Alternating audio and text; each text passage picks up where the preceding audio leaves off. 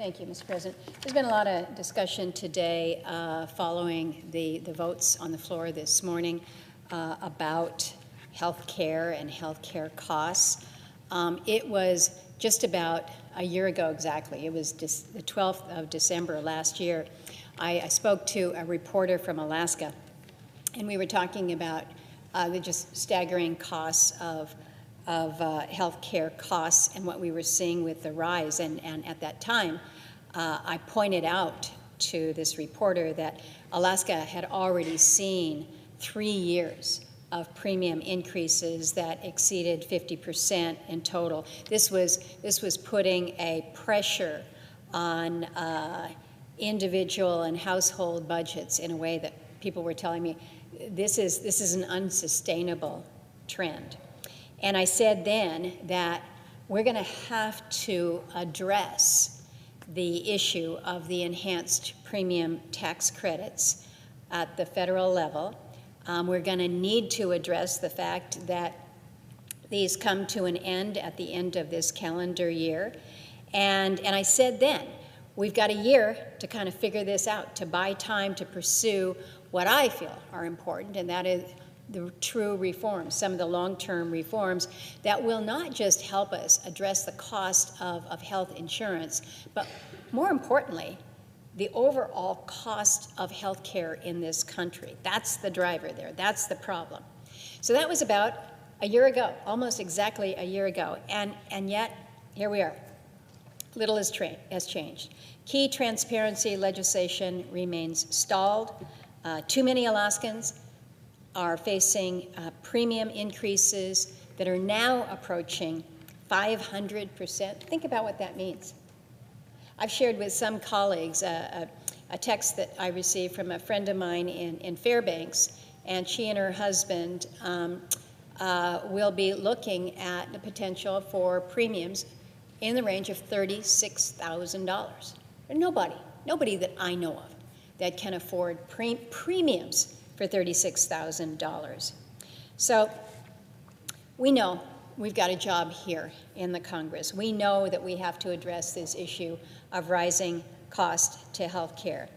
But what we're facing right now, literally on this 11th day of December, the immediate issue is this expiration of the enhanced premium tax credits and this cliff that is in front of thousands of Alaskans, about 24,000 Alaskans, millions of Americans are facing this. So this morning, we saw what we saw. The Senate voted on 2 dueling health care proposals to address this cliff. Both proposals were partisan in nature. Neither one was written in a committee setting or reported through what we refer to as the regular order process. And unfortunately, neither really included any attempt at compromise. Neither tried to gain the support from the other side or to address perhaps the very valid concerns that were raised by the other side. And so it's no surprise that we are where we are, which is 2 failed votes on the Senate floor. And those measures failed. But Mr. President, I would just suggest that we have failed. We have failed, this institution here in the Senate. We failed to work together. We failed to reach consensus. We failed to help all those who are facing these shockingly, completely unaffordable increases in their health care premiums as they're looking at the new year. We voted on a Democratic proposal as part of the agreement that allowed us to reopen the federal government after a record-setting but ultimately a pointless 43-day shutdown. And the headline of that measure was that it would extend the current subsidies for 3 years. Unfortunately, there is no recognition of the much-needed reforms. 2 speakers preceding me both pointed out there are flaws in the existing system. If we're going to be addressing a program and a continuation of it, I think it's our responsibility to make sure that we're making sure that these programs don't have waste, that they are not being abused. But we also voted on a Republican proposal which would have pre-funded health savings account. This is something that so many Americans are very familiar with, but it would allow for Americans to receive dollars more directly in their hands, to go in their pockets for their own care, while also funding cost-sharing reductions, projected to reduce premium costs down the line, and some other provisions. But it was good work by the chairman of the Health Committee, as well, working with the chairman of the Finance Committee. And I was encouraged by what we were beginning to see there. But there were flaws, quite honestly, with that approach as well. So where did I end up? I ended up voting in favor of the motion to proceed to both of these proposals. But I want to be clear here. It's not because I fully endorse the Democratic proposal and I fully endorse the Republican proposal. Neither of the proposals, in fairness, met the challenge as far as I'm concerned. The Democratic proposal would have extended the status quo under the Affordable Care Act, which, as we have heard, has failed to restrain costs, and it's done so for longer than necessary to build the stability that I think we need to develop better policy. And more importantly, it included no reforms whatsoever. And we have seen examples of how the system has been abused. And as stewards of federal taxpayer dollars, it's incumbent on us to address matters like that. And so making sure that there were legitimate reforms, making sure that we don't set up another cliff, just like we would have done under the Democratic proposal. You just set up another cliff in 2029. And that cliff would look even more staggering if we just continue to allow and subsidize unchecked premium growth. And then on the proposal, on the Republican proposal over here, again, I give credit to the authors of that measure because it did focus on some longer-term reforms that I do believe can help people over time.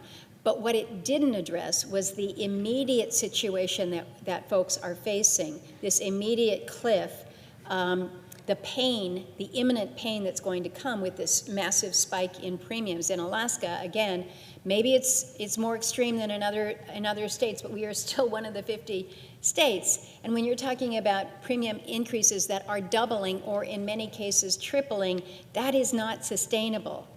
And so we had a proposal that had its flaws. There were also some provisions in the Republican bill that we know were not going to garner support from across the aisle.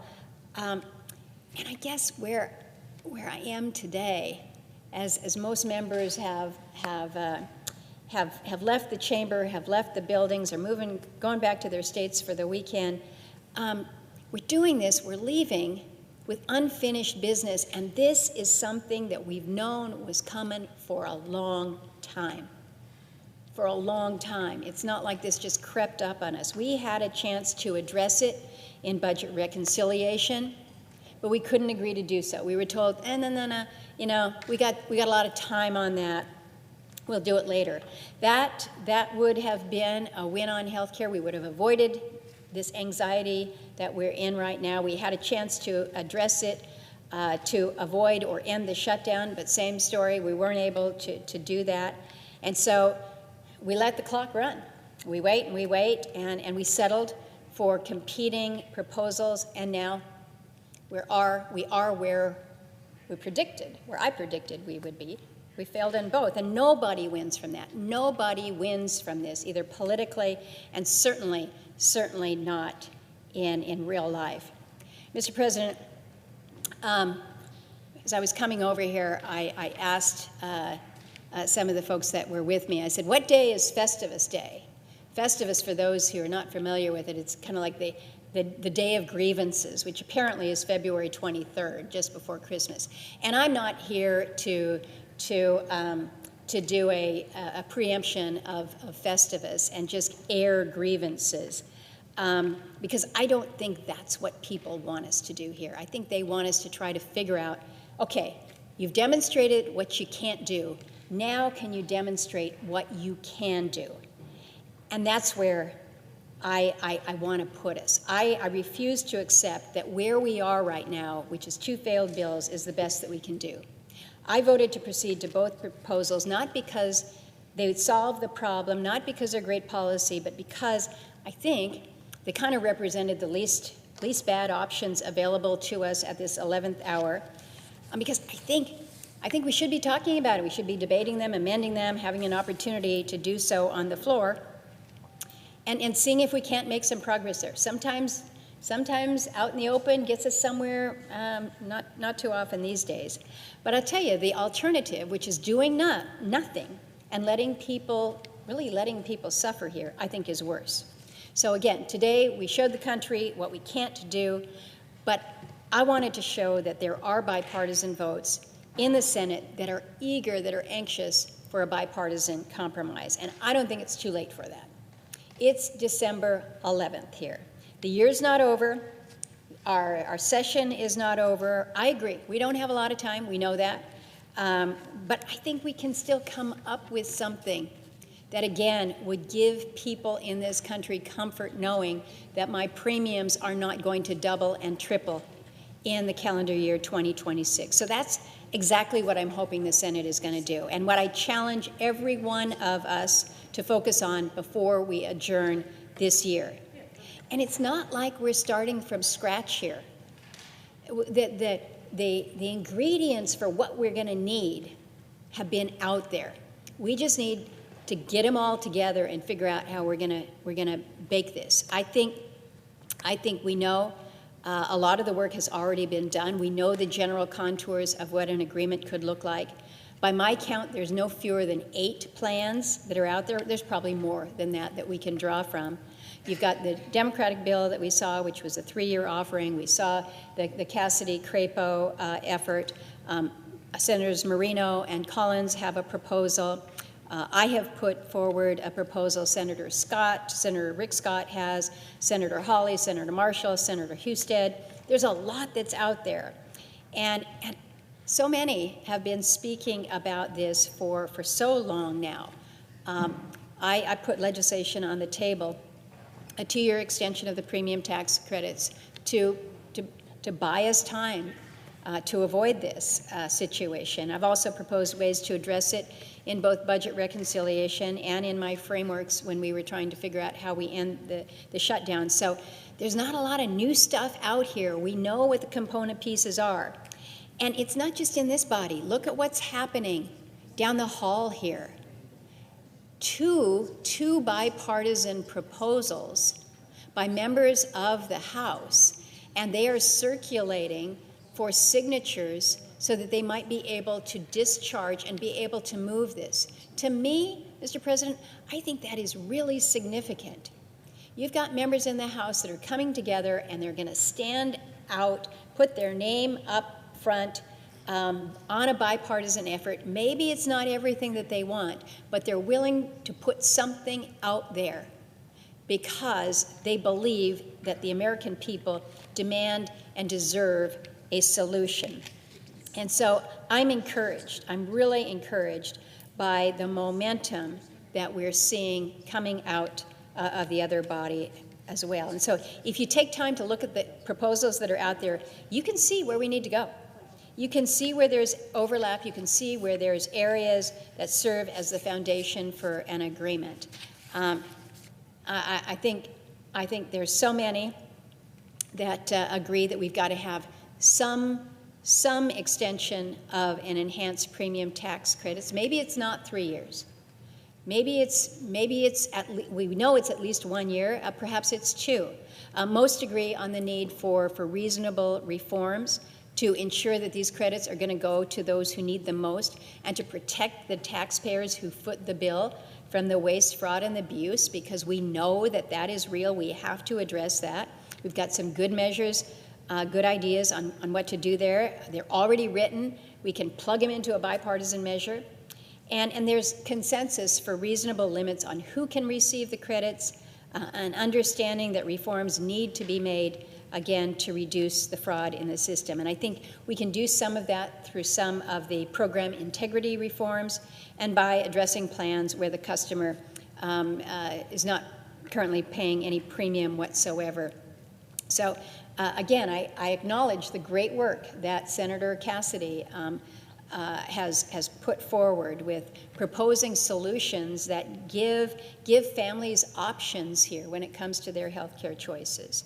So here we are. On the 11th of December, we've taken the partisan votes, and now we need to move forward. We need to develop a bipartisan product based on what we do agree on.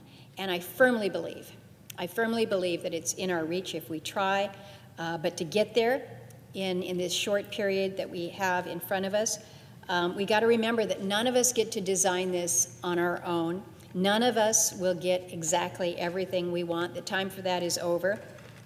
We've proven that no specific plan of that nature has the kind of support that we need. So we got to do better.